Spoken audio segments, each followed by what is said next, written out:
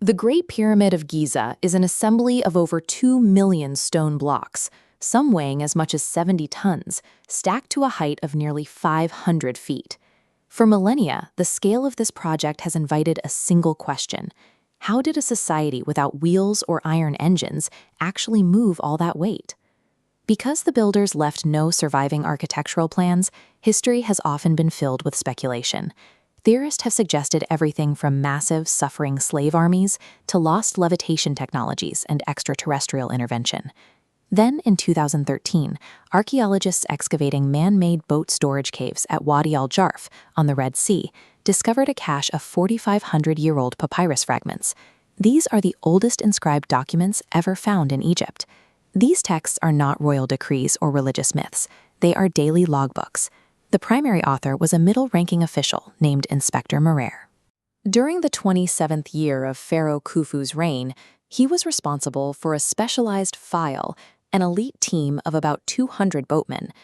Merer's mundane ledger provides the literal receipts for the Great Pyramid, recording the granular reality of a project that has long been the subject of myth and guesswork. Merer's diary outlines a repetitive 4-day cycle. His team would travel to the Tura quarries on the opposite bank of the Nile to pick up loads of heavy, high-quality white limestone. By this late stage in Khufu's reign, the pyramid's core was complete. Merer's job was to deliver the specific stones needed for the gleaming outer casing that would soon cover the entire monument. Once loaded, Merer and his crew piloted heavy transport ships downriver, timing their work to the annual Nile flood season to ensure the waterways were deep enough to carry the weight. His entries track the progress in strict half-day increments. He records casting off in the morning, sailing through the afternoon, and mooring for the night, an optimized delivery schedule. But there is a geographical obstacle. The Giza construction site is located on a desert plateau, miles away from the natural banks of the Nile. The diary mentions a location called Roche Khufu, or the entrance to the Lake of Khufu. Researchers have discovered sediment core evidence of a massive artificial harbor and canal system that allowed Merer's boats to dock directly at the base of the Giza Plateau. The builders overcame the desert by moving the river itself, turning a dry construction site into a functional maritime port. Once Merer's crew unloaded the 2.5-ton blocks at the harbor, the team faced the final mile, moving the stones from the water's edge up the slope to the pyramid.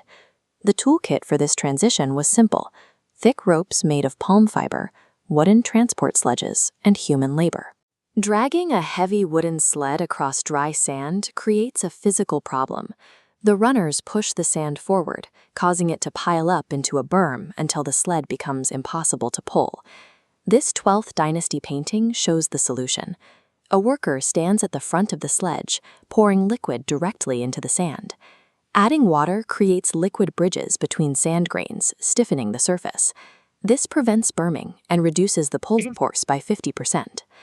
Merer's diary specifically mentions reporting to Prince Unkaf, Khufu's half-brother and vizier.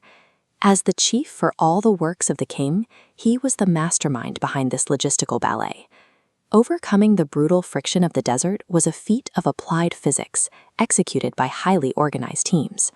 4,500 years ago, the Great Pyramid was encased in the smooth, bright white Tura limestone Merer's team delivered, polished to reflect the intense Egyptian sun.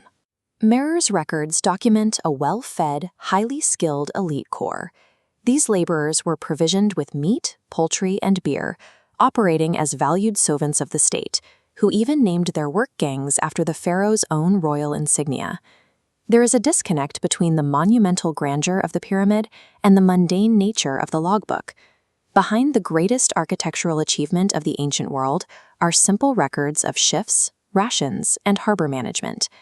The true technology of the pyramid builders was state-level administration. They possessed an unparalleled ability to organize and sustain a workforce of thousands over decades. The Great Pyramid stands today because of the power of ordinary people, extreme logistics, meticulous paperwork.